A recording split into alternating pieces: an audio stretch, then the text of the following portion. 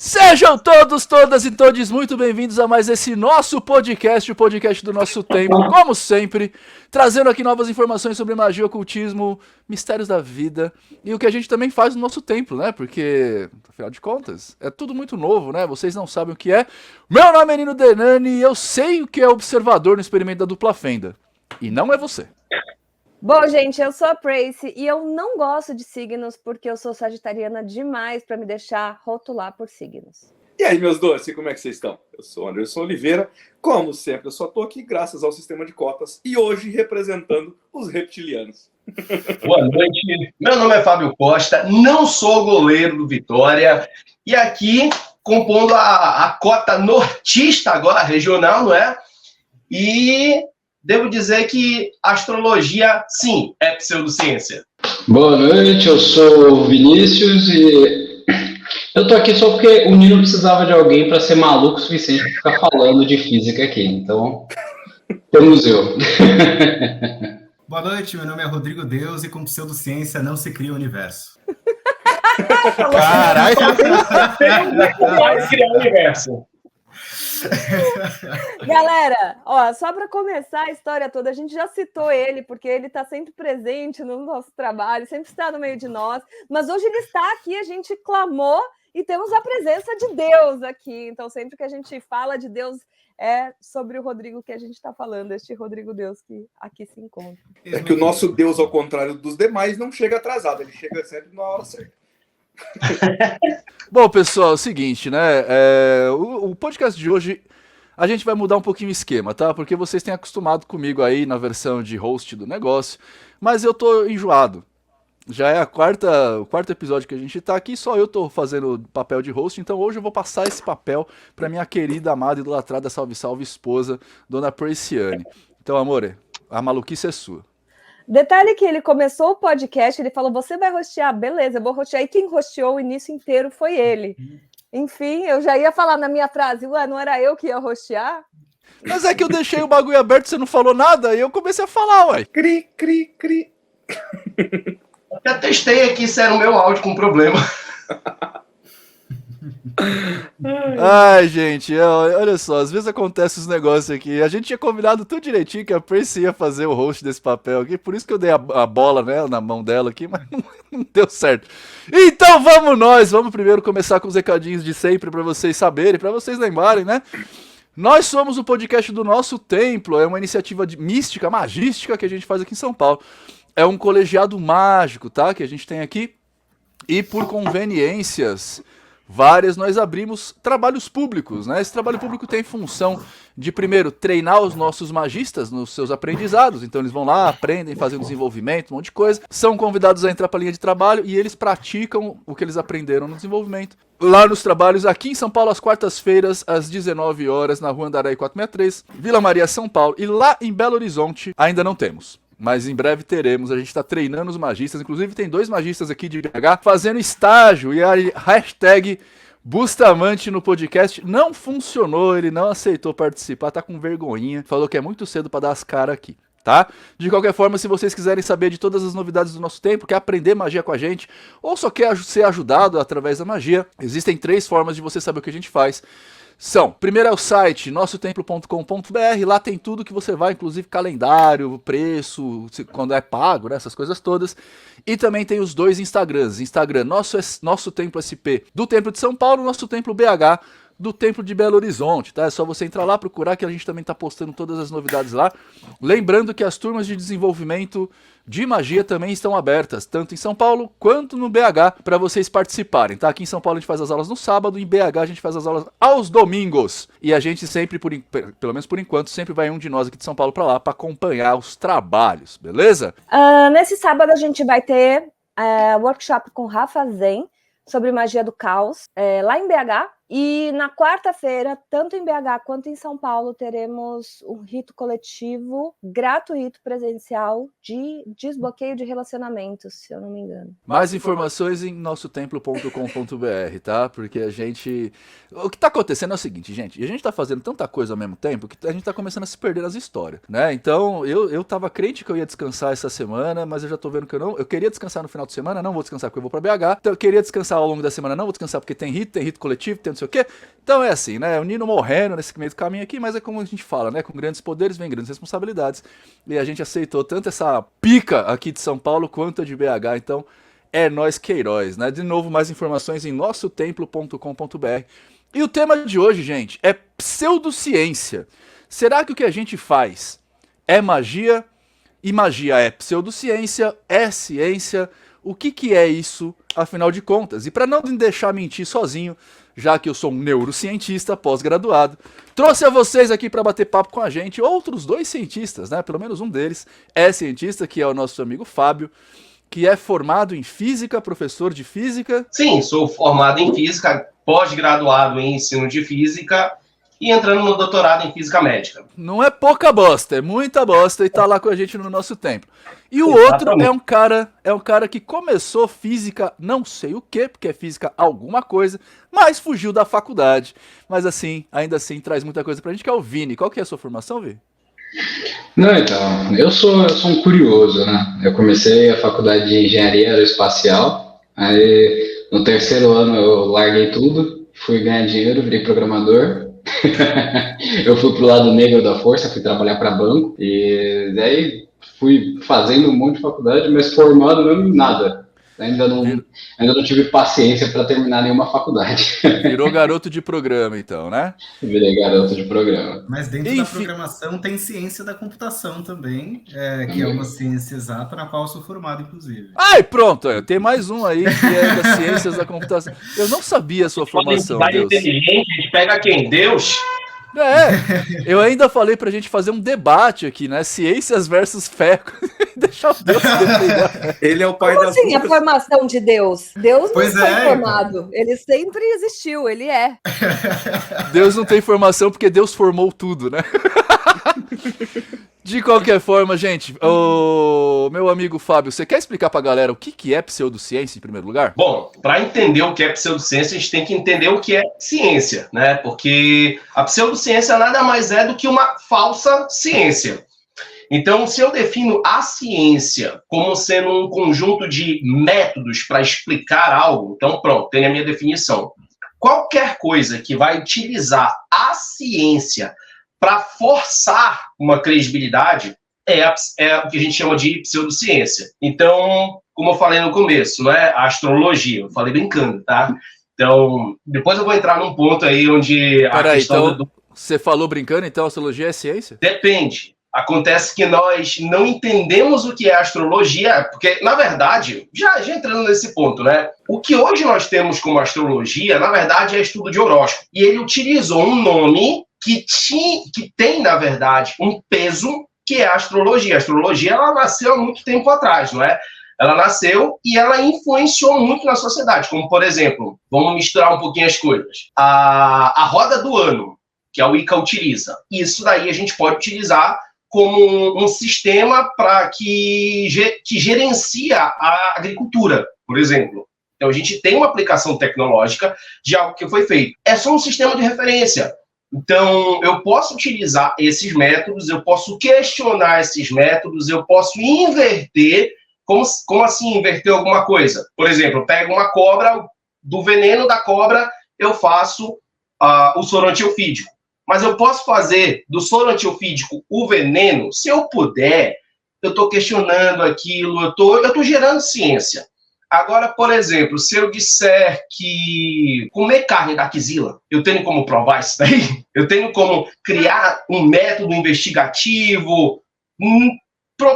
Possivelmente não, aliás. Eu não vou ter como fazer isso daí, eu não posso inverter.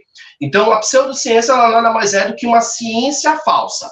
É ruim isso? Depende de como ser usada essa pseudociência, né? Se eu induzo pessoas a fazer algo perigoso, como, por exemplo, antivacina, Antivacina, existe uma teoria da conspiração, que ainda tem isso, que a gente não é o ponto hoje, né? Que é a teoria da conspiração, que ela junta várias pseudociências para sustentar a sua ideia, geralmente maluca e perigosa, muitas vezes, né? Mas se eu uso isso daí para gerar algum prejuízo, e muitas vezes proposital, como foi o caso da eugenia, o nascimento da eugenia, né? Isso daí acaba sendo algo muito ruim, muito perigoso. Então, para fechar esse primeiro ponto, né? A ciência, ela tem um prestígio, eu tenho um método para conduzir a ciência, e a pseudociência nada mais é do que aquela ideia que eu crio, que eu uso o prestígio da ciência para gerar alguma credibilidade. Como, por exemplo, o criacionismo científico. Vamos pegar aí. Que é ensinado em academia, só que é muito forçado. É muito forçado. E aí eu quero usar a ciência para explicar a religião. Nem tudo na vida precisa ser ciência. Por exemplo, a arte. A arte é a ciência. Não. A arte é arte. É ruim ser arte e não ser ciência? Não. A religião é ciência? Não. Religião é religião, ciência é ciência. Agora, quando eu pego método científico e forço a barra na religião para explicá-la, aí eu caguei toda a história e virou pseudociência. Eu geralmente costumo dizer que pseudociência é quando alguma coisa tenta ser ciência e não consegue.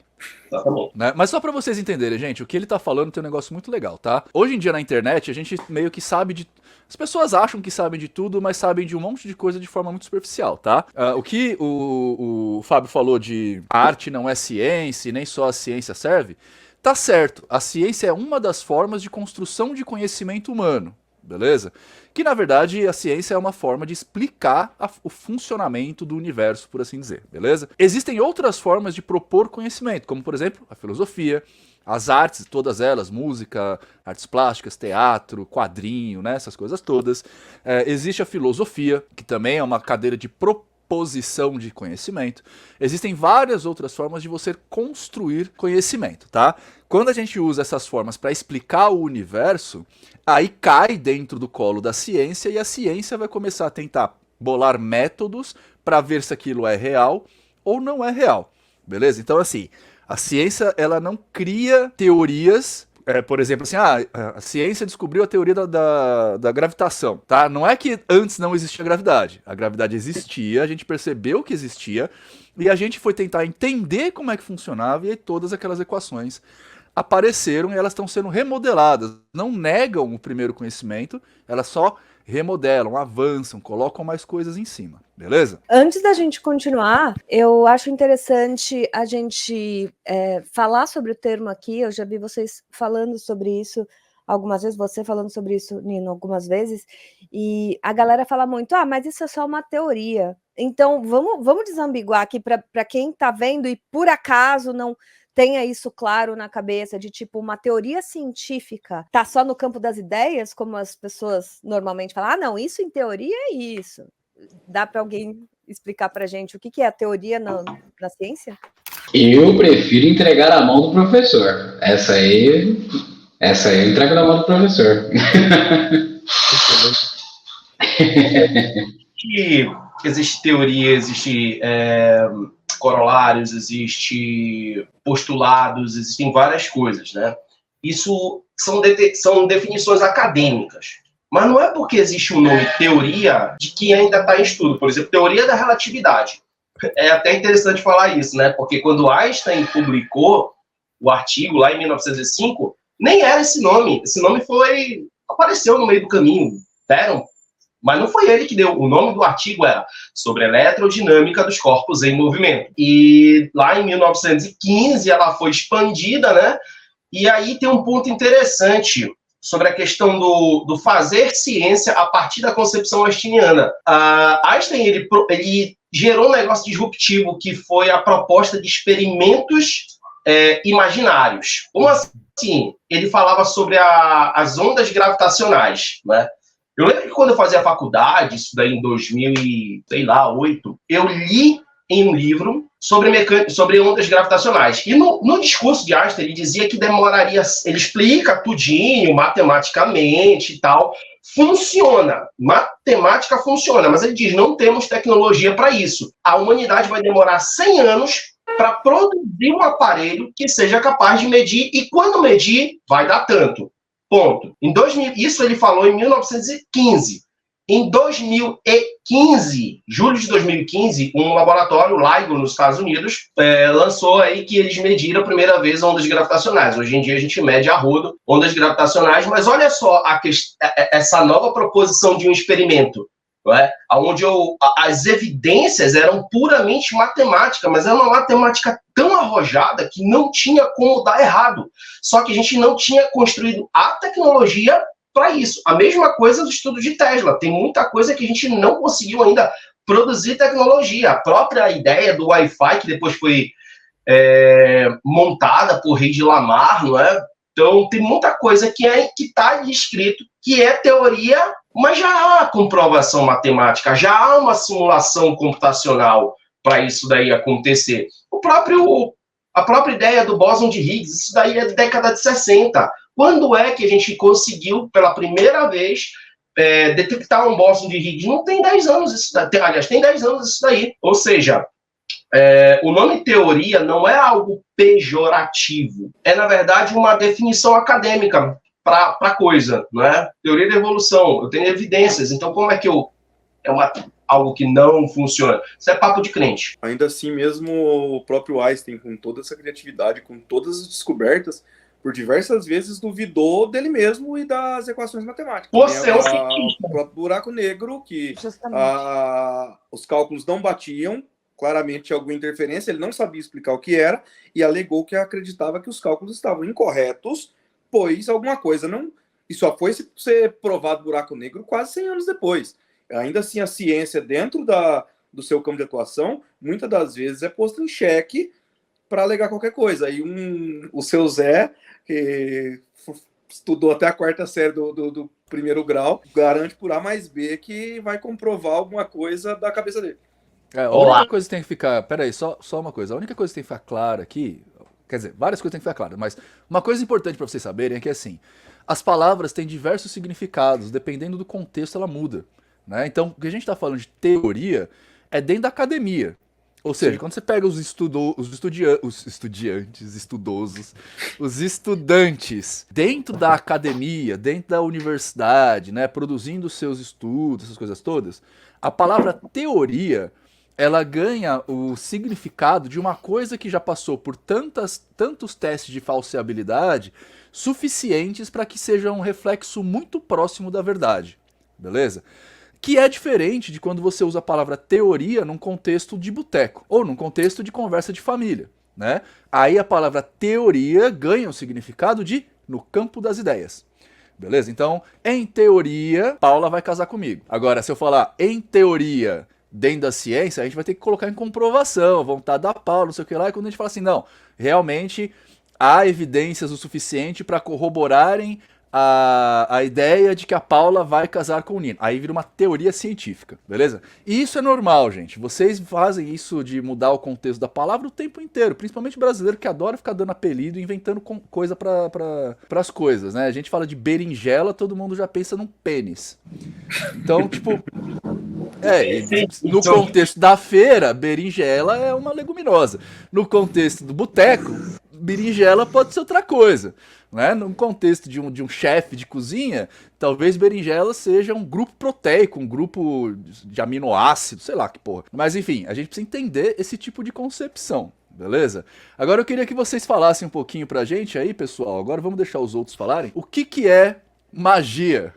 Só uma coisa que eu queria acrescentar, inclusive no ponto anterior, é que às vezes, em grande maioria, né, pseudocientistas, né, teorias da conspiração e tudo mais, elas têm muita dificuldade em lidar com essa falseabilidade. É muito comum você ver pessoas que, ela fala uma coisa e fala, você tem que acreditar. Ou, simplesmente você acredita porque é o mais provável. Tipo, não é o mais provável. E muitas vezes a própria ciência já se viu contrariada por coisas que pareciam ser mais lógicas. inclusive, estavam falando sobre Einstein. Uma das coisas que Einstein depois veio a falar é que a física quântica, ela estava incompleta, né? Tanto que aí veio o Tratado de Copenhague, que falava que ela não estava incompleta e que ela só não era determinística. Isso para a ciência, até mesmo para o Einstein, que fez a maioria das descobertas em relação a isso no início, não era factível, era impossível a ciência não ser determinística. Entre ser determinística e não determinística é porque a física quântica é probabilística, né? Ela não dá um resultado cravado ali. E o que acontece? Ele mesmo, ele fez a proposta ERP, né? O nosso professor aqui pode me corrigir, que é quando eles propõem que o entrelaçamento quântico, porque se tivesse correto, seria possível que duas partículas se determinassem instantaneamente. E isso em qualquer posição no universo. Isso quebraria uma das principais leis da física, que é nada pode se mover mais rápido que a luz. E se isso acontecesse, teria a informação trocada entre as duas partículas mais rápido que a luz. E eles propuseram isso, que era uma coisa justamente para falar: vocês estão errados, Copenhague está errado, não é probabilístico, falta coisa. E aí, alguns anos depois, a gente conseguiu testar. E realmente existiu entrelaçamento quântico. Não, voltando à questão da nomenclatura, isso é tão irrelevante que Einstein foi tão filha da puta que ele chamou isso na época, não foi de entrelaçamento quântico, ele chamou isso de ação fantasmagórica à distância. Isso.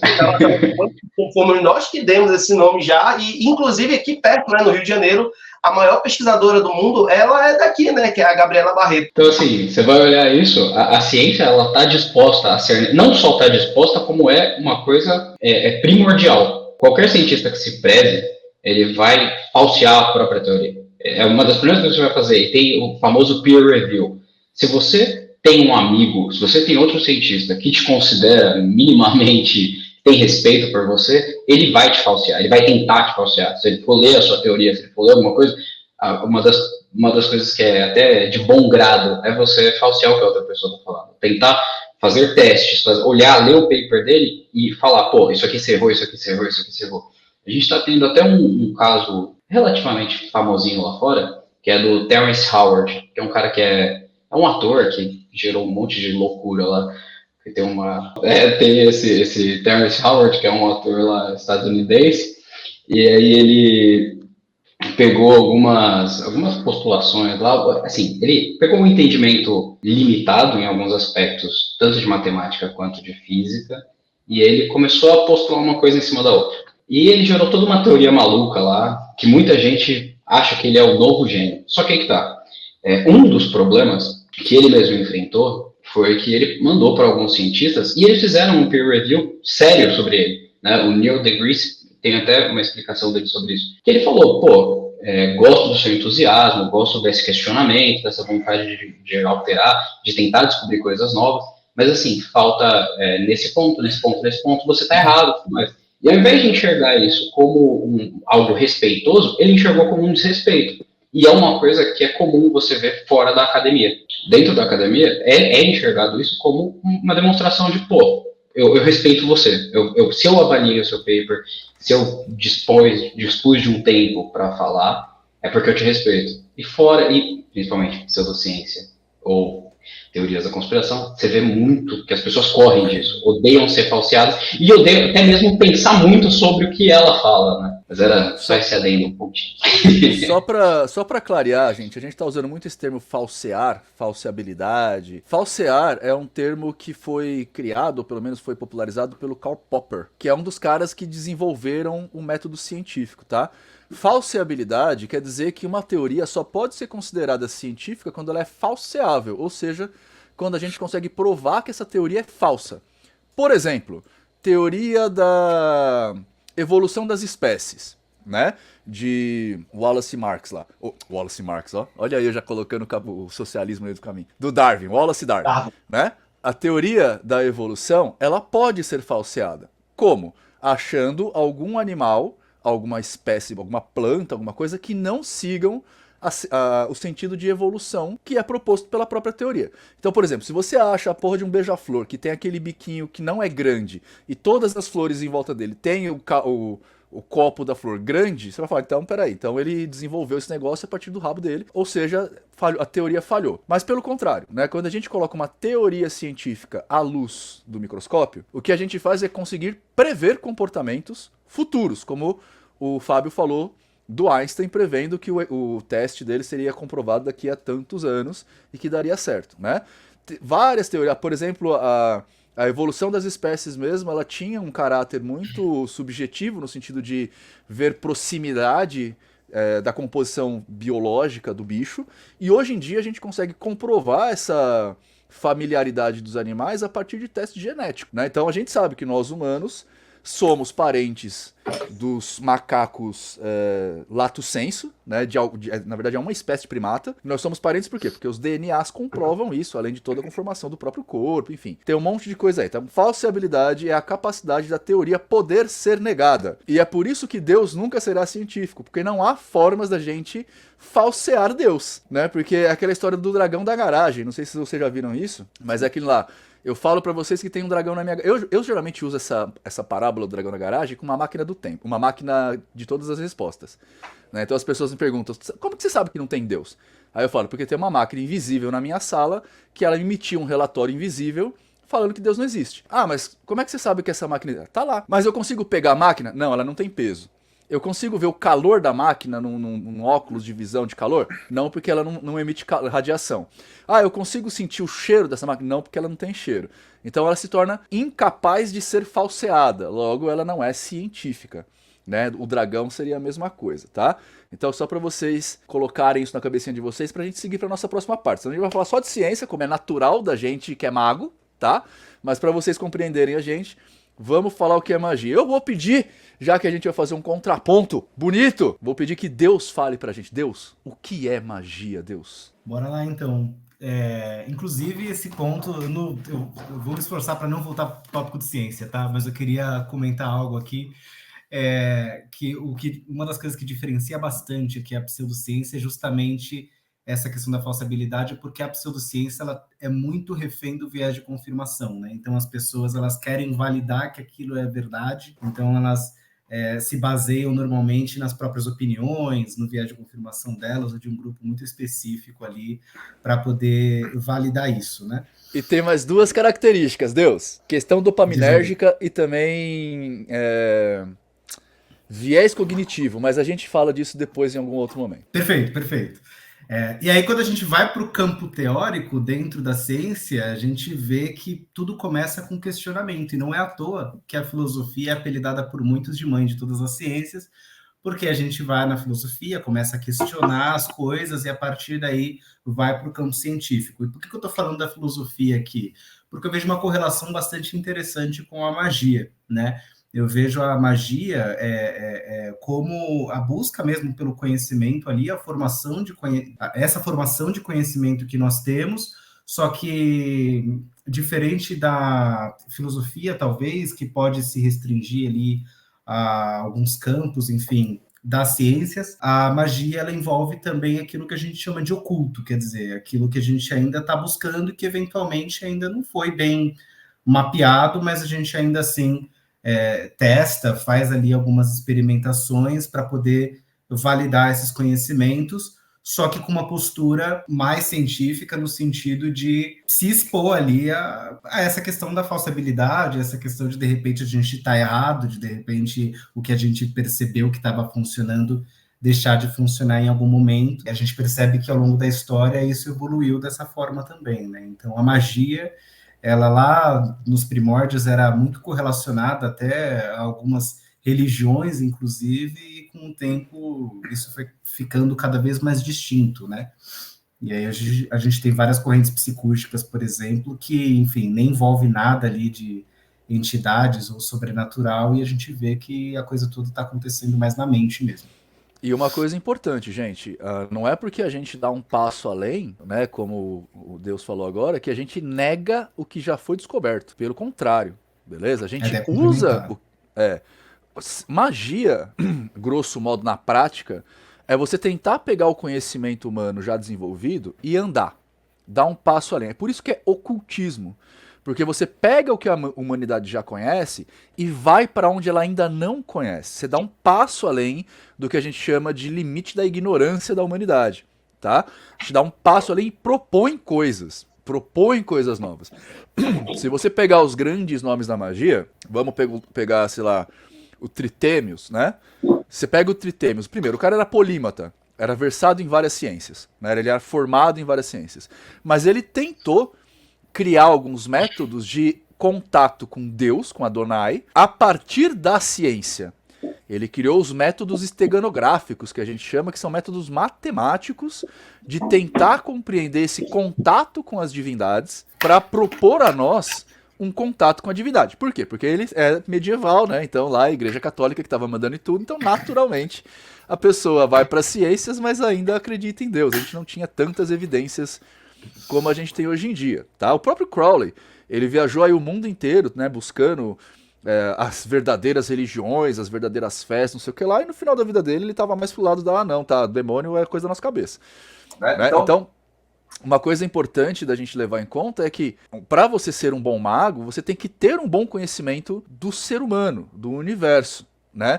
Não à toa que lá no nosso tempo, por exemplo, a gente tem diversas pessoas nesse nível de educação que a gente falou aqui com vocês.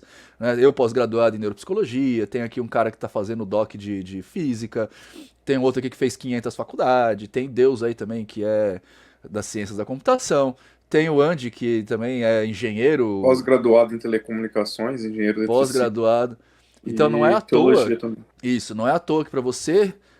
claro, né, não é todo mundo que vai para esses lados, né, mas o ideal é que fosse, né, a gente por harmonização, por proximidade, acabou juntando tanta gente assim, formada nas diversas cadeiras, e isso é muito legal, porque, por exemplo, para fazer o desenvolvimento, eu falo muito de psicologia, e na turma de desenvolvimento tem um mestre em psicologia, que é o Rico, que ele tá lá exatamente para falar se eu tô falando besteira, para ser um contraponto a mim, e hoje a gente tem o Fábio, que é né, esse tanto de física, e nessa aula que passou do desenvolvimento, eu falei de algumas teses da física para alguns momentos que a gente tem lá, olhando pra cara dele, e toda vez que eu terminava eu falava assim, e aí, tô falando merda? Exatamente por quê? Pro cara me falsear se eu estivesse falando besteira, porque é assim que a gente aprende. É engraçado isso, porque a gente, quando entra na magia, digo por mim, que entrei totalmente por pseudociências, ex-evangélica, não estava feliz ali, e fui buscar outras coisas, e aí você cai em tudo. Tudo que está exposto, tudo que, né, as pessoas vão inventando, e você vai, olha que legal, vou abrir meu terceiro olho, vou passar cúrcuma no centro da testa para passar. Enfim, comecei daí, mas a gente percebe quando você está no caminho, você fala, olha, esse caminho aqui parece mais interessante, quando as pessoas não têm medo de ser contrariadas, quando elas não têm medo de estarem erradas. Porque o meu início, quando falavam que eu estava errada, porra, como assim estou errada? Eu aprendi assim, você está louco? É aquele resquício religioso que você traz de tipo, não, por quê? Por quê? Porque Deus quis. Mas não questiona, como assim? Então, você entende que você está começando num caminho que fala, olha, aqui pode ser que quando você incentiva as pessoas a perguntarem, e eu faço muito isso com os meus alunos, inclusive, cara, tragam, sabe, não tem verdade absoluta aqui, a gente está falando de coisa subjetiva, a gente está falando aqui de experiências que é sobre sentir, sobre, enfim, né, quando eu vou lá dar o curso de Goetia, toda aquela coisa cerimonial, sobre espírito, sobre sentir, que eu vivi muito isso por muito tempo, no início, se falassem que eu estava errado, eu aprendi assim e era aquilo. E aí eu comecei a entender e falei, peraí, não, pode ser que eu esteja errada, pode ser que não seja assim, ou pode ser que não seja só assim. Sim, existem verdades absolutas até então, como a gente sempre fala da gravidade, pula de algum lugar para ver como você não cai em qualquer lugar do planeta que você esteja. Então, sim, existem verdades absolutas, mas com certeza não é sobre o seu anjo da guarda. Sim, tá? É muito gostoso a gente ser contrariado, a gente ser questionado, essas coisas todas, tá? Só que assim, uma coisa você tem que ter na cabeça. Para você questionar, você também tem que ter um certo nível de conhecimento, beleza? Não é todo mundo que tá pronto para qualquer tipo de conversa. Então eu vou dar o exemplo da fala que eu disse lá no começo, né? Eu sei o que é o observador na experimento de dupla fenda. Quando alguém chega para você e fala sobre física quântica ligada à religiosidade, pergunta se essa pessoa sabe o que é uma constante de Planck. A constante de Planck é a equação que dá início à mecânica quântica. Se a pessoa não sabe o que é uma constante de Planck, ele não tem como saber o que é física quântica. Direito. Ele pode inventar coisa, saca? E é isso que eu tô falando. E eu falo isso por quê? Porque tem pessoas, às vezes, que me perguntam coisas, principalmente na internet, eu vou conversando com essa pessoa, e aí em determinado momento eu falo pra pessoa, cara, você não tem condição de ter essa conversa. E eu não tô fazendo isso pra ofender, é porque realmente a pessoa acha que tá dominando o assunto, como falar do experimento da dupla fenda, que o observador altera o resultado do experimento, e nem sabe que o observador da física quântica, do experimento da dupla fenda, é um equipamento. O observador do experimento de física quântica é um equipamento, ele não tem mente. Então não é a mente do observador que muda o resultado, porque o equipamento que chama observador não tem mente, entende? Então é assim, quando você vai conversar com uma pessoa, às vezes você tem que entender que a pessoa não tem condição de conversar com você, tá? Mas... Deixa eu fazer só um adendo rápido sobre esse assunto, porque aqui a galera, tudo escolada, tudo... Não sou eu sou a curiosa que vai estudar, mas que, por exemplo, o lance da física quântica, que eu usei muito, se você for ver meus vídeos, ainda tem vídeo no ar, eu não tiro, é meu passado, tá certo. Estive lá e passei, né? Check, passei do Jovem Místico, ainda bem.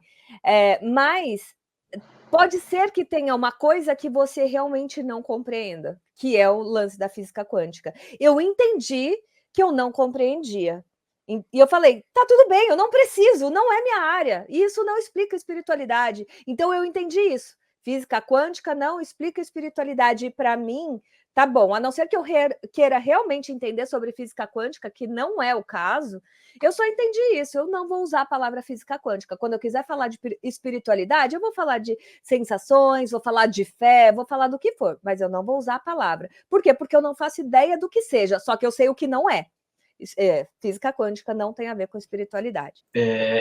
Eu pegando esse teu exemplo aí, Pris, da questão da mecânica quântica hoje, como tem até uma piada naquele desenho, né, o Rick e Morty, que as pessoas colocam a palavra quântica para dar uma certa... Mas por quê? Porque ninguém conhece, então qualquer coisa funciona. Mas isso já aconteceu em um outro momento da história, com uma outra área, com uma outra coisa, que foi a alquimia. Então, houve um momento também em que, não, então eu tenho que eu consigo transformar chumbo em ouro. E aí tem um cara que aparece na história, que é o charlatão.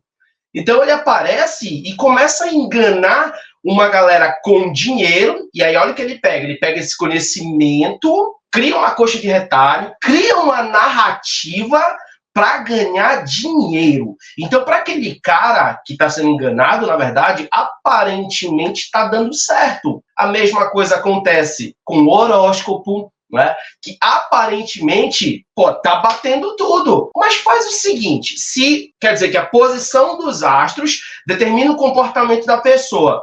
E se eu pegar uma pessoa muito safo em horóscopo e disser, analisa essa pessoa e diz o dia que ela nasceu, será que ela vai fazer isso? Eu vou além disso. Isso já foi feito. Pois é por isso que eu tô falando. E deu... Na verdade... Valeu.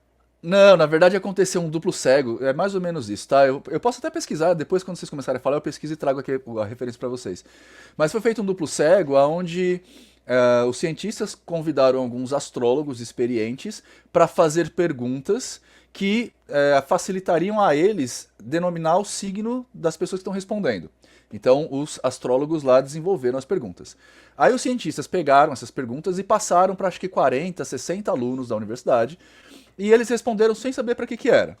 Depois eles pegaram essas fichas e devolveram aos astrólogos, para os astrólogos definirem qual era o signo dessas pessoas. E os astrólogos erraram mais do que a probabilidade sugeriria. Ou seja, se eles só chutassem o signo das pessoas, eles acertariam mais do que eles acertaram fazendo esse tipo de coisa.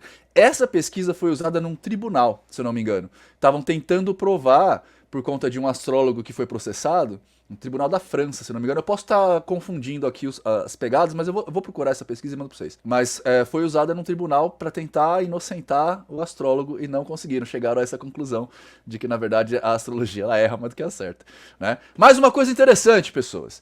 Isso que o nosso amigo Fábio falou agora é muito legal da gente falar porque cai numa outra área da ciência.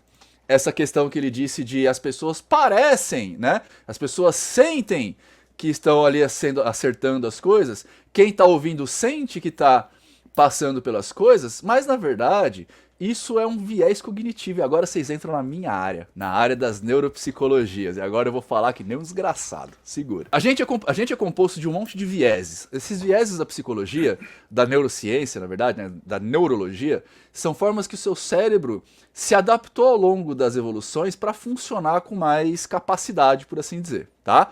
Então a gente tem alguns vieses que funcionam independentemente da nossa vontade. O viés da confirmação, que já foi citado aqui, é um deles. Esse viés da confirmação é o mesmo viés do que o Fábio falou. Ele faz com que a gente só olhe para aquilo que a gente quer ver. Então, sabe a brincadeira do Fusca Azul?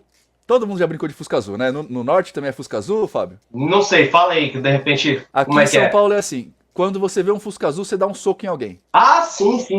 Não chama Fusca, chama carrão. Enfim, a grande questão é, aqui em São Paulo, quando você começa a brincar disso, de repente começa a brotar Fusca Azul na rua. E Fusca Azul a gente nunca vê. Por que brota? Quer dizer que a nossa brincadeira tá fazendo os Fuscas Azuis serem mais vendidos, ou mais fabricados, ou fazer as pessoas saírem de casa? Não, é que a gente tá preocupado em encontrar Fuscas Azuis. Então a gente vê, presta mais atenção nisso. E isso acontece com muita coisa. Mulheres e homens, né, quando estão em momento de gravidez, queremos engravidar, geralmente aparece um monte de mulher grávida, de criança recém-nascida, de roupinha de bebê, ali na visão deles, porque eles estão prestando mais atenção. Então o que acontece com tarólogo, por exemplo, né, com horóscopo e tal? Geralmente as mensagens são amplas o suficiente para que qualquer um se reconheça naquilo. Mas mesmo que não for, digamos que sejam mensagens específicas, mas específicas sim, uma pessoa de olho azul, com 3 graus de astigmatismo e um dente da frente faltando, vai falar para você que você vai cair no buraco. Específico nesse nível, porque o nível de especificidade também muda de acordo com o que você quer, tá? Mas digamos que seja específico nesse nível. A pessoa fala e você tem exatamente essa experiência. A grande questão é, quantas vezes errou? Lembra da falseabilidade? Então, qual que é a forma de falsear esta coisa? Ver quantas vezes errou. Então, vamos pegar o exemplo do nosso templo. Cada pessoa lá cada magista atende 5 pessoas por dia, por quarta-feira. Isso quer dizer que num mês vai atender 5 vezes 4 semanas, 20 pessoas, certo? Ao longo de um ano, a gente vai atender 200 e poucas pessoas, 280 pessoas. Se eu pegar em todos os trabalhos e falar exatamente essa frase para todo mundo que passar comigo, é possível que eu acerte em alguém. Esta pessoa será impressionada por mim. Ela voltará com amigos, que serão impressionados porque a gente tende a confiar nas pessoas que são próximas de nós. Então o amigo falando, essas pessoas vão confiar. E aí a gente cria um séquito, sacaram? Então nem precisa ser real. Eu só preciso dar um chute certeiro. E eu vou contar pra vocês um negócio que eu fiz uma vez, uma brincadeira, pra vocês terem uma ideia. Tava eu numa live do TikTok, tirando sarro de todo mundo, e eu fui contar pra pessoa exatamente isso que eu tô contando pra vocês agora. E aí eu falei assim pra você, ele perguntou pra mim, mas tudo que tá na nossa mente é real, é realidade. Aí eu falei, cara, vamos ver se é realidade. Eu tô pensando que você tem uma verruga no pau. Você tem? Aí ele falou, por incrível que pareça, eu tenho. Aí vocês entendem? Essa pessoa foi impressionada. Se tivesse sido essa conversa, com certeza ela traria outras pessoas para ouvir o que eu tenho para falar. E a partir dessa pré-afirmação dos amigos, tudo que eu falar de forma mais genérica vai ser aceito como verdade. Sacaram isso? Então é um viés cognitivo que faz a gente acreditar nesse tipo de coisa, tá? Assim como são viés cognitivos que fazem a gente ter a impressão de que tem um espírito falando com a gente. Esse viés cognitivo particular chama insight. Enfim, a gente tem alguns estudos já muito bem corroborados a respeito dessas coisas. Eu só trouxe isso daqui só pra gente pegar esse viés aqui e trazer o que a magia usa da ciência para fazer as coisas funcionarem. Agora também tem a questão de quando a gente precisa usar algo para se proteger, como foi a questão da teoria de campo, lá 4 séculos atrás. Então, o magnetismo, por exemplo. O magnetismo ele foi observado pela primeira vez no século VI depois de Cristo. Antes de Cristo, aliás. Porra, mas imagina, na Idade Média, você falar de uma força de ação à distância. Quando a gente era moleque, com certeza alguém já deve ter feito isso, né? Pegar um imã, botar debaixo da mesa, a moeda em cima da mesa, pegar o irmão caçula e dizer, olha, eu tenho poderes da mente, eu movo a moeda. Vai fazer isso lá na época de Newton. Era fogueira. Posso falar só um negócio? Há muito tempo no meu canal eu fiz uma brincadeira de Tabauija, assim, no vídeo. Eu coloquei a câmera bem em cima da Tabauija, uma mesa de vidro, aí eu coloquei o pointer em cima de um imã e eu fiquei embaixo movendo a Tabauija. Depois eu só substituí a própria mesa por uma imagem estática e coloquei na internet. Eu faço isso em aula de eletrostática. Um negócio muito simples que qualquer um pode fazer em casa. Pega um canudinho desse de qualquer taberna aí, né, de plástico, pega um papel higiênico, qualquer papel, só um papel chamequinho não funciona, um guardanapo, e começa a puxar em um sentido só. Quando tu puxa, tu tá tirando o elétron do papel e colocando no canudinho. Coloca em cima de alguma coisa e aproxima o dedo. Quando tu aproxima o dedo, o canudinho vai na direção do dedo. O moleque olha isso, nossa, que isso? O professor faz mágica na sala? É mágica. Que é isso, afinal de contas? Bom, isso daí, quem teve a coragem de meter a cara na Idade Média, foi um cara chamado William Gilbert. Só que ele tinha as costas quentes, porque ele era médico da Rainha Elizabeth. Quem é que ia bater no médico da Rainha Elizabeth? Ele podia falar essas coisas assim, porque ele tinha poder aquisitivo, ele tinha uma porrada de coisa. Mas vai lá o Zé da esquina tentar provar isso daí.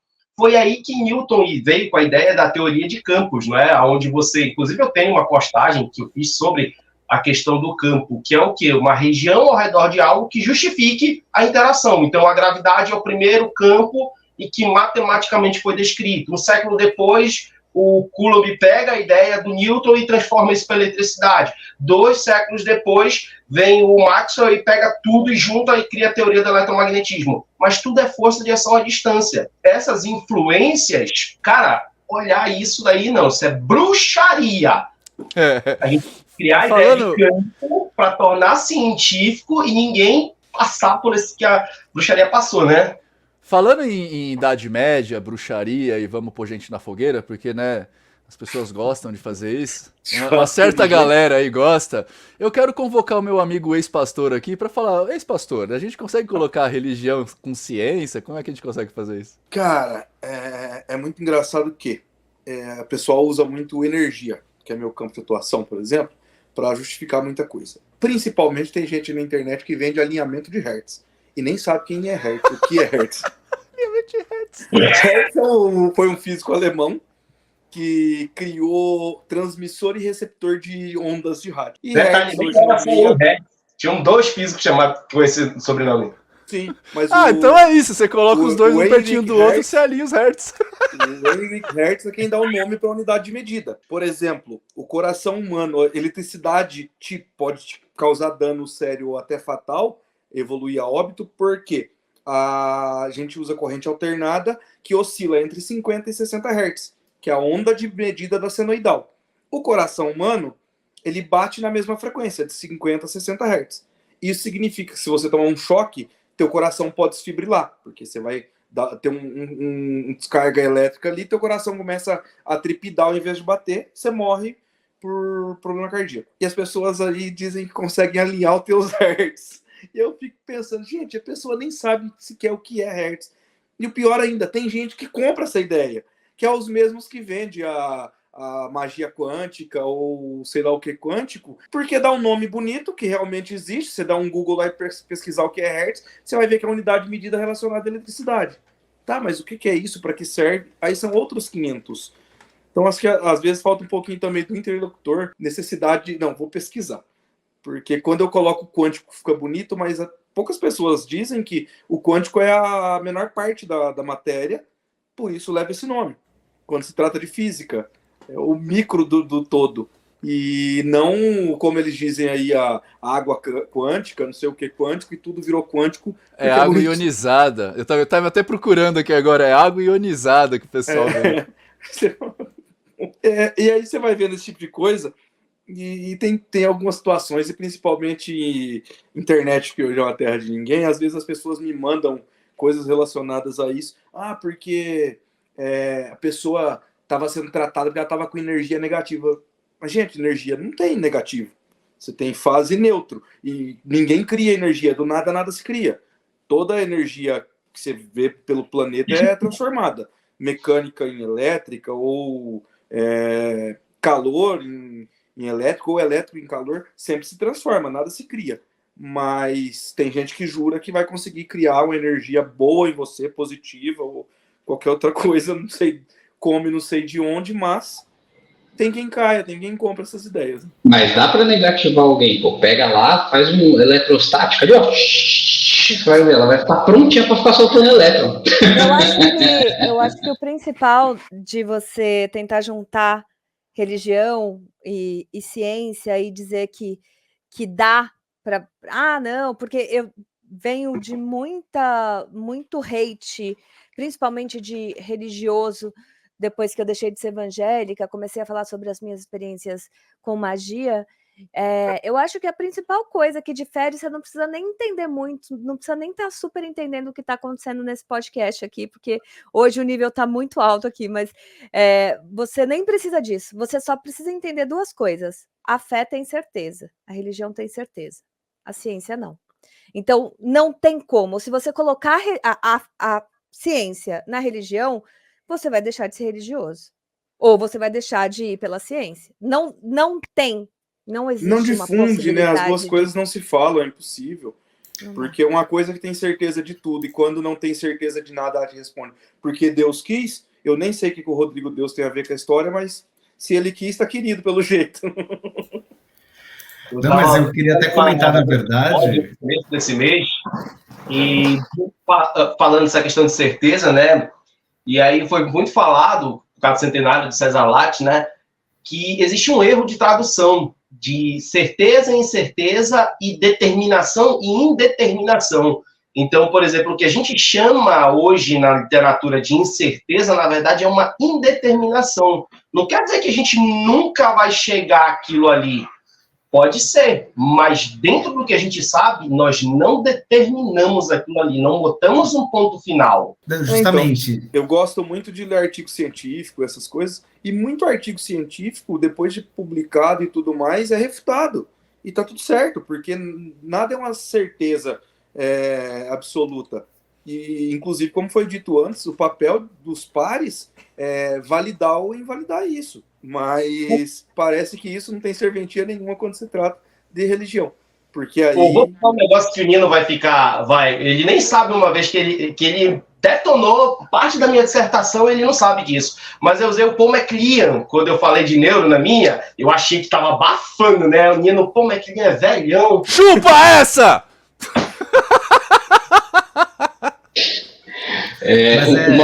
Pode falar, Deus, desculpa. Não, é só algo que às vezes acontece também, que é um outro viés aqui, que é o efeito Dunning-Kruger, né? E assim, com a internet,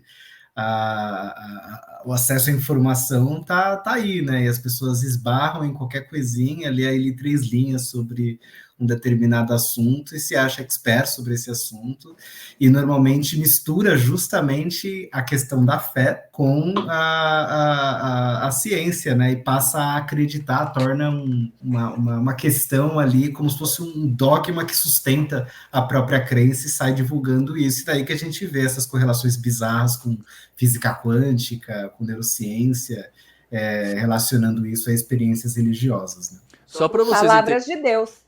Só para vocês entenderem, pessoal, o efeito Dunning-Kruger é um viés cognitivo também, que foi descoberto pelos cientistas Dunning e Kruger, são dois psicólogos, na verdade, que eles falam que quanto menos você sabe sobre um assunto, menos capacidade você tem de saber que está errado, tá? Ou seja, quanto mais você sabe, mais incerto você é sobre o assunto, por conta de que quanto mais você sabe que tem coisas a saber. né? E quanto menos você sabe, menos você tem capacidade de saber que está errado, tá? Essa é a grande brincadeira. E isso a gente vê bastante nos dias de hoje, né? Quando a gente, por exemplo, o que tem de gente que faz a respeito. Ficou muito famoso aqui no Brasil o caso dos estudantes de segundo grau tentando refutar a embaixada da Alemanha sobre aquele período horrível que vivemos das guerras mundiais aí. Enfim, porque é isso, né? Sabe pouco, mas acho que sabe muito, né? De qualquer forma, a gente tá falando isso, a gente resolveu trazer esse assunto pra cá, porque assim, a gente usa muito de ciência na magia, tá? Como eu falei pra vocês, a magia ela não nega a ciência, pelo contrário, ela faz uso das ferramentas que a ciência vai descobrindo para enriquecer seu cabedal de trabalho. Prova disso são os sistemas modernos de magia que os magistas cerimonialistas geralmente não gostam muito, mas os magistas de verdade cerimonialistas não gostam, mas não negam, diferentemente do que a gente vê das pessoas mais normais, que não gostam, negam e falam que é besteira, né? Mas a magia do caos, por exemplo, é um paradigma mágico, né? É um metasistema de magia que leva em conta o que a gente descobriu de psicologia, e isso vai se modernizando até os dias de hoje. Então, o que o Carroll propôs é diferente do que o Phil Heine propõe, né? Dado que um é mais velho do que o outro. Então, a própria magia do caos vai dar origem ao discordianismo, vai dar origem à pop magic, a outros sistemas que levam muito dentro de si cabedais científicos, principalmente da psicologia, mas não negando outros. E quando a gente está no nosso templo falando a respeito das coisas, então a gente fala, vamos fazer uma assunção de um arquétipo e não usamos por exemplo, incorporação, é porque nós temos ferramentas na ciência que comprovam esse tipo de situação. Não a assunção no sentido de você estar recebendo um espírito, né? Mas o que a assunção de um arquétipo propõe, as ferramentas de dissociar, né, que a magia chama de gnose, trazer do seu inconsciente um arquétipo, vestir o arquétipo, que a gente vai chamar de forma Deus, tudo isso a ciência traz. Se vocês procurarem, por exemplo, o TDI, né, transtorno dissociativo de identidade, vocês vão ver que ele tem duas formas de se apresentar, e uma delas é chamada de não possessiva. Essa forma não possessiva está no manual da Medley para médicos, falando que é igual, não semelhante, igual às manifestações espirituais. E nesse momento, inclusive, no próprio manual, é alertado que não se pode diagnosticar alguém com transtorno dissociativo de identidade quando em momento de religião, exatamente por quê? Porque dentro da religião você tem outras ferramentas acontecendo que são ferramentas de viés cognitivos. A forma possessiva de transtorno dissociativo de identidade seria o que a gente chama de possessão na religião, tá? Mas dentro do transtorno dissociativo de identidade, a possessão ela acontece de formas diferentes. Ela não tem um tempo para acontecer, por exemplo, ela acontece em qualquer hora do dia, qualquer hora da noite. Você não escolhe, como por exemplo, um adepto do candomblé vai escolher ser possuído, entre aspas, pelo seu orixá lá no Ilê, tá? Então a gente tem essas ferramentas aí, e dentro do nosso templo a gente vai utilizando desses conhecimentos científicos, inclusive aglomerando cientistas, para a gente falar dos nossos fenômenos. E mais do que isso, os fenômenos que a gente não sabe como acontece, a gente geralmente quem vai ensinar fala, segundo a mítica, segundo a mitologia, segundo o que nos contam, é isso. Não temos papéis para provar isso, e às vezes até eu falo, não tenho conhecimento suficiente para falar a real forma daquilo. Então o que eu vou contar para vocês é a história sobre aquilo, tá? A gente tem esse papel no nosso tempo e a gente leva isso muito a sério real, exatamente porque a gente entende que fazer as coisas à luz da ciência fortalece o processo. Então todo mundo que está lá no nosso templo, entre aspas, incorpora, mesmo quem é ateu e não acredita em espíritos, porque a gente sabe que é uma ferramenta dissociativa ligada a uma assunção de um arquétipo, a gente sabe que é uma dissociação, a gente sabe o que é uma assunção, a gente sabe que é um arquétipo, então a gente faz essas coisas acontecerem. Eu não procurei a pesquisa que eu prometi para vocês, eu vou procurar agora, então falem aí entre vocês. Então, mas ainda assim é interessante que a validação da ciência só cabe dentro da religião quando lhes convém. Quando não convém, aí a ciência não tem importância. Porque eles forçam o enquadrar da ciência dentro de algum contexto. Não, mas isso aqui, segundo a ciência, que nem você falou aí, por exemplo, do TDI. Quando refuta, a ciência explica isso, aí não tem validade. Porque aí ninguém explica a religião, ou não explica Deus, ou não explica isso aqui, que aí não tem validade. Uma coisa que no nosso tempo que é importante é, apesar de termos esse arcabouço científico, né, esse cabedal científico, ninguém pega e transforma o que nós fazemos em científico, em ciência, na verdade. Dizer, não, isso aqui, como muitas religiões fazem, na verdade, né? Ou pega aquele conhecimento que parte dele é científico e distorce, como, por exemplo, há muitos anos atrás, eu estava com um amigo, biólogo, né?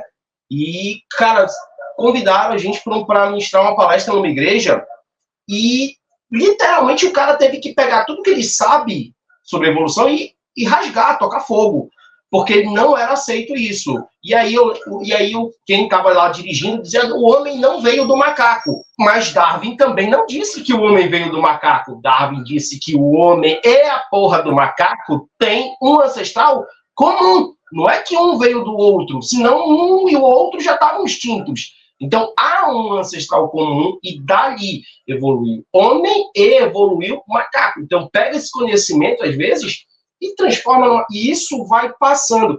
E aí eu lembrei de um detalhe. Qual é o grande detalhe da pseudociência? É que ela não tem profundidade. E aí, qual é o objetivo dela? Ela comunica fácil. E aí as pessoas veem meio as informações, pô, isso daí é bacana. Só que existe o papel do cientista, que é o quê? Tirar a bunda do laboratório e trabalhar na divulgação. Como eu estava falando com o Vini, né?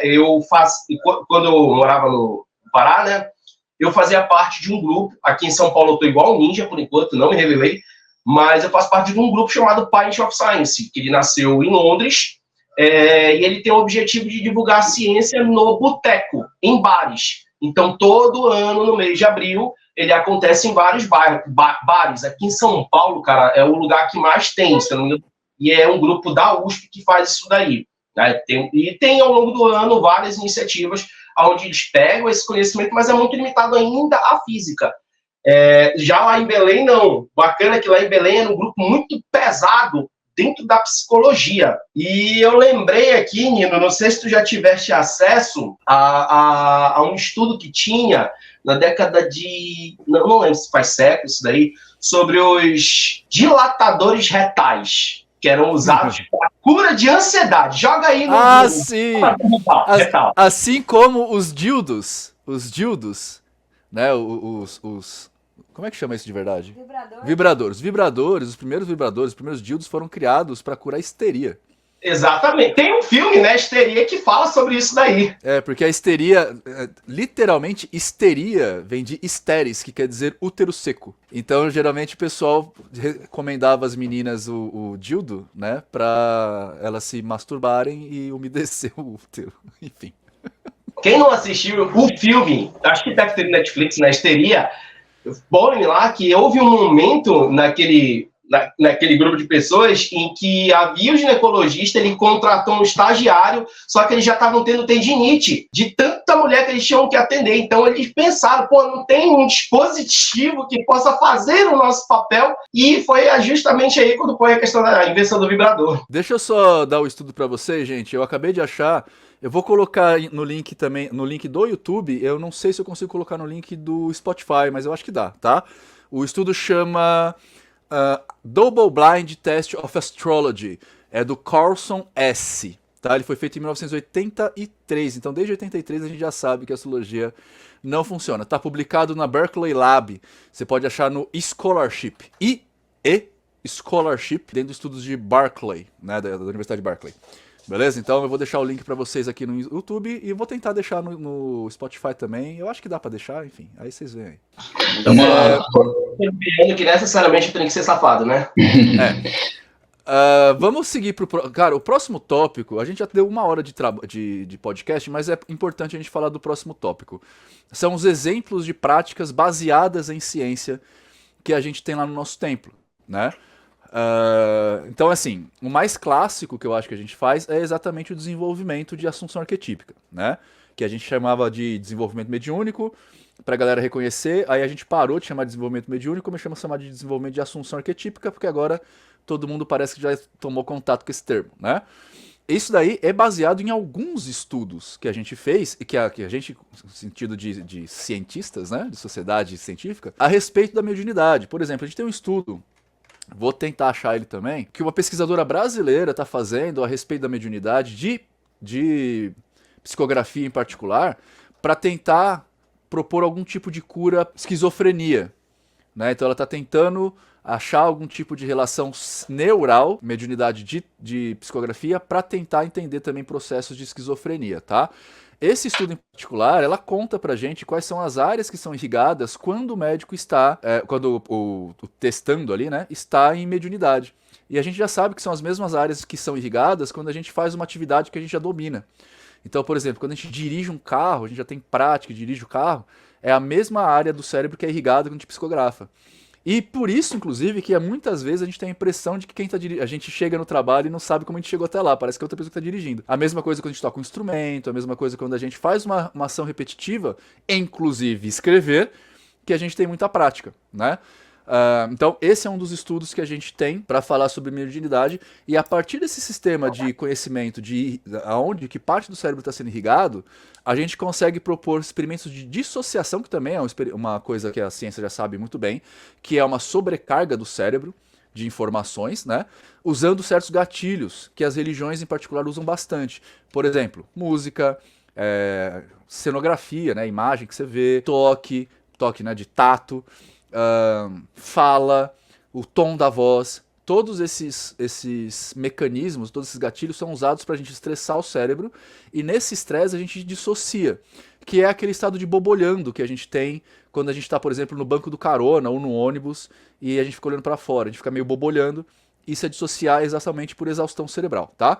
Então a gente propõe uma exaustão, depois a gente, entendendo esse mecanismo cerebral, propõe uma dissociação, a dissociação leva à assunção de um arquétipo. Os próprios estudos de dissociação falam que a gente, como mecanismo de defesa, assume formas estereotipadas e movimentos estereotipados, né? Então a gente usa esses movimentos estereotipados e ensina o nosso cérebro a fazer os movimentos estereotipados a partir de um arquétipo, que nada mais é que uma figura que representa alguns comportamentos, né? Então a gente tem algumas bases aqui para isso, e isso meio que regra todos os ritos que a gente faz lá, né? Inclusive a própria ritualização, como a gente constrói o rito, as imagens que a gente usa, velas acesas, as coisas todas. Então, todos esses estudos têm, todos esses elementos gráficos que a gente usa têm a função de propor a dissociação, já com a levada para um determinado local que a gente quer ir. E aí a gente faz a magia acontecer, enfim. Só trazendo um adendo sobre isso, que eu respondi hoje um comentário no Instagram falando, é simples, isso tem nome, é TDI. Não, o que a gente faz não é um transtorno. Inclusive, eu até comentei isso lá comentei no comentário, falei que é importante que se a pessoa tem TDI, algum tipo de transtorno desse tipo, para ela fazer esse tipo de coisa que a gente faz lá, ela tem que estar sendo acompanhada pelo médico, tem que ser liberada, enfim, porque apesar da gente usar do que a gente, né, do que faz, e isso o Nino pode explicar melhor, dessa dissociação, o que a gente faz lá não é um transtorno, né? A pessoa está usando de forma errada isso, e se a pessoa tem de fato esse transtorno, a gente observa com cuidado, e desde que ela esteja de fato sendo acompanhada pelos médicos dela, não sei se, enfim, o que faz nesse caso da pessoa, o que né? Se tem um psicólogo, um psiquiatra acompanhando, mas ela tem que ter para poder, se é que vai poder, enfim, né? Tem todo um cuidado com isso, porque TDI é uma coisa séria, não é, né, um transtorno, não sei como falar isso, não sou a melhor pessoa para falar isso, só queria trazer esse assunto para as pessoas entenderem que não é isso. Não, a gente tem bastante cuidado, inclusive a gente tem profissionais lá que estão com a gente, né? Não que a gente dê atendimento psicológico nem nada disso, mas a gente tem profissionais da área de psicologia, como eu acabei de falar do Rico, exatamente para dar suporte pra gente não fazer besteira. E eu também sou profissional da área, embora não exerça, né, o trabalho. Eu sou pós-graduado, sou formado, tenho condições de estar, pelo menos, avaliando o que está acontecendo, tá? Então, lá tudo é muito seguro, a gente avisa as pessoas, a gente acompanha de perto, exatamente para não ter esse tipo de situação ruim. E não usa de discursos falsos, como, por exemplo, aconteceu isso porque está em pecado. Não, definitivamente não. Pelo É, na contrário, verdade, né? A isso- gente geralmente fala, para de achar que é isso, faz o negócio e faz direito, porra. Pois é, e é isso que diferencia a gente, mais uma vez, aqui da pseudociência, da religião, né? A magia, ela utiliza a ciência para poder desmistificar algumas coisas e também validar ou não aquilo que a gente está fazendo, né? Então, nesse caso, a gente tem todo esse cuidado aí, todo esse apreço pelo que está acontecendo ali. A gente está lidando com pessoas, afinal de contas, né? Então, justamente por conta disso, e a gente, obviamente, se vale da ciência para poder ter essa garantia. Então, é a relação que a magia tem como forma de construir variáveis narrativas. Vou colocar mais ou menos o que seria isso. Quando você tem uma equação matemática, você usa variáveis para fazer equações, né? É uma forma da gente conseguir compreender conceitos que, principalmente no momento da equação, você não detém. Por exemplo, x mais 1 igual a 2. Por que a gente coloca um x? Né? Você pode só pensar na relação entre o número 2 e o número 1 e pensar quais dois números viram 2. É porque conforme você vai alcançando níveis mais complexos de equações, isso se torna útil para nossa mente interpretar. E o nosso cérebro funciona à base de narrativas. Então, uma variável narrativa é muito importante para a gente compreender a própria existência. Inclusive, você tem a filosofia usando isso. Mas a magia, ela propõe diversas variáveis narrativas, como espírito, Deus, perispírito, enfim, um monte de coisa que a gente, por diversos momentos, não tinha uma forma de classificar, e a gente classificava como qualquer uma dessas coisas, qualquer um desses nomes. Isso fazia com que a gente conseguisse não só compreender, como dar sequência a esse pensamento. Por exemplo, quando um raio cai do céu, o que é?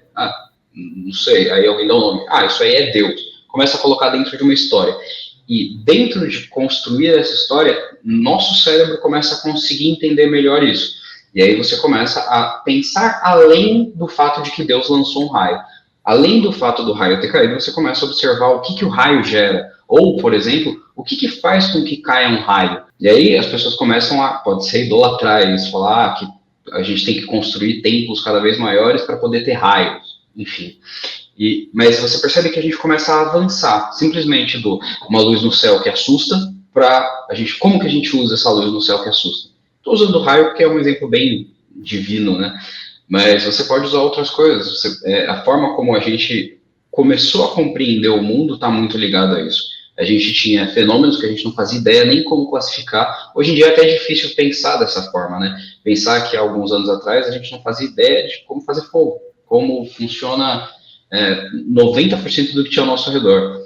Então, começar a construir, começar a conseguir colocar isso dentro de uma forma fácil de compreender no nosso cérebro era muito importante.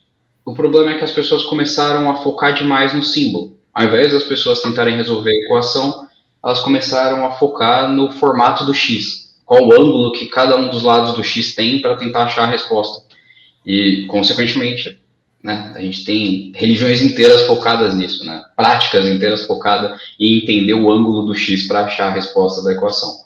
Eu percebo que o nosso templo foi um dos primeiros lugares que eu pude frequentar em que esse era o foco. O foco não era necessariamente ficar olhando para o símbolo, ficar olhando para a forma como a coisa está sendo feita, e sim aonde a gente quer chegar. E não só isso, discutir todas essas questões. E eu percebo que, pelo menos na minha identificação com a magia, minha vivência com ela, isso faz muito mais sentido do que ficar preso à simbologia dela, né? Isso é o que avança, né? A ciência, a magia, na verdade, ela seria uma forma de... É como se você navegasse onde existe um farol da ciência. Você tem o farol da ciência apontando as direções, e eu diria que a magia são técnicas para você passar de onde a luz do farol chega. Então, era esse meu acrescentado que a gente estava falando. Não, só complementando o que o Vini falou, né? Eu lembrei de um detalhe, que tem uma galera aí, né, do Gratiluz, que tenta fazer isso, Mas existe uma diferença entre o que nós fazemos e o que eles tentam fazer, porque que aí vai a diferença da pseudociência, né? Toda vez que nós usamos a ciência para práticas mágicas, dizemos nomes. Existem pessoas que estavam por trás disso, cientistas, credibilidade, joga no escavador, vai saber quem são, pesquisa na internet, tem esses trabalhos. Agora, quando há um famoso cientista, peraí, que famoso cientista é esse? Às vezes o cara não é nem da área, o cara é engenheiro, vai falar de psicologia. Que autoridade ele tem para falar? Então, e as próprias pessoas que estão no nosso templo, todos os formatos, se jogar o nome de qualquer um de nós no Google, no escavador, você acha pelo menos o TCC nosso, menos do Vini. Tô brincando, Vini. O meu também não. Não é brincadeira, realmente, o único TCC que eu entreguei foi de eletrônica. O meu também não tá na internet não, cara, porque o meu nome não é Nino, né? Ah, sim.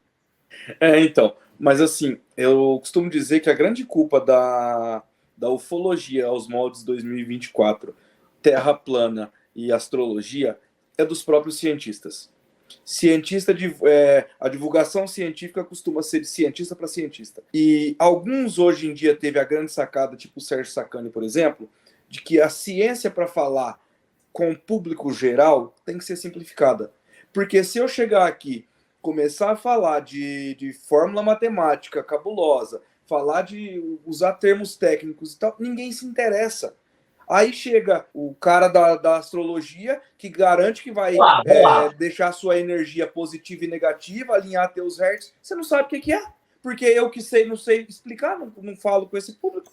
Então acaba que o próprio cientista, às vezes, dificulta o trabalho de divulgação da ciência. Uma coisa importante de frisar é que a gente pode parecer muito cético a quem está chegando agora, e na real a gente é.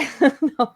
Mas é que, na verdade, o que a gente faz no templo é manipular nossa realidade pelo poder da nossa vontade. Para isso, a gente não precisa de fé. E isso as pessoas demoram um pouco para entender, para poder separar uma coisa da outra. Por isso elas não entendem. Como assim eu não preciso ter fé? Como assim vocês fazem magia sem fé?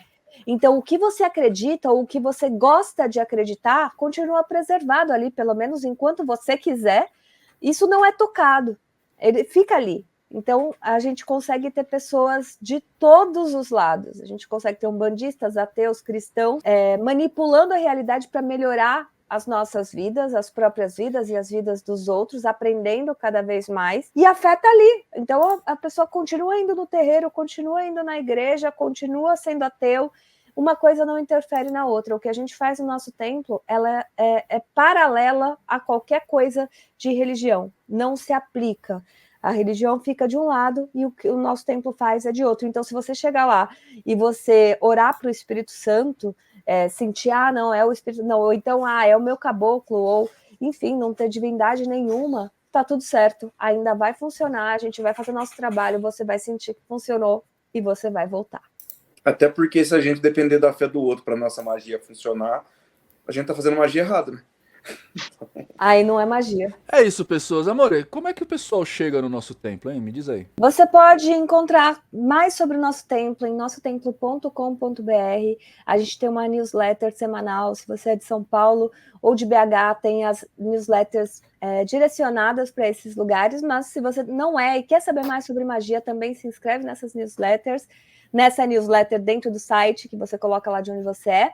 Também tem os nossos Instagrams de São Paulo e de BH, Nosso Templo SP, Nosso Templo BH, que a gente sempre fala as novidades por lá, mas o melhor de tudo é se juntar a essa família no grupo do WhatsApp, que olha, a galera nem curte o grupo, mas tá todo mundo lá, mesmo quem não curte o grupo, porque é uma galera animada, e tem a opção também de caso você não queira ficar no meio da galera animada, porque tem gente que não quer e tá tudo certo, tem só o grupo de avisos para você ficar sabendo de tudo que está acontecendo, tudo que vai acontecer, como o workshop que vai acontecer nesse final de semana do Rafa Zen em BH, ou desenvolvimento, vai ter um experimento com ayahuasca, que um irmão nosso vai pegar lá nosso espaço para fazer um experimento de ayahuasca também. Então, olha, se você quiser saber sobre tudo isso, entre no grupo do WhatsApp. O grupo do WhatsApp está no link da bio, tanto no de São Paulo quanto de BH, e você escolhe lá qual grupo você quer entrar, se quiser entrar em todos, você vai ser bem-vindo, vai ser acolhido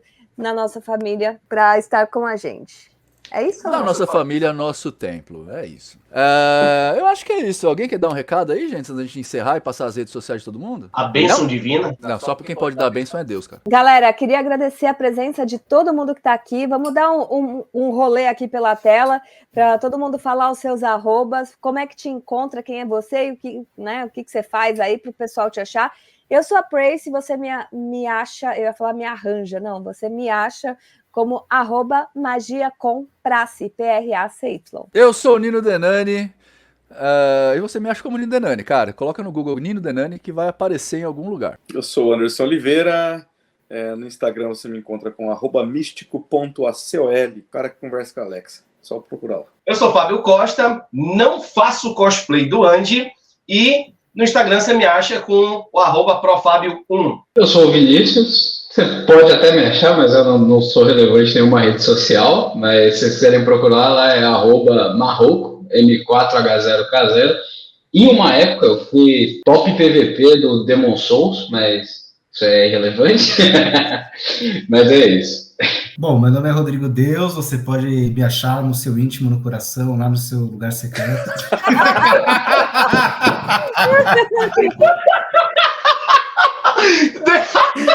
Maravilhoso.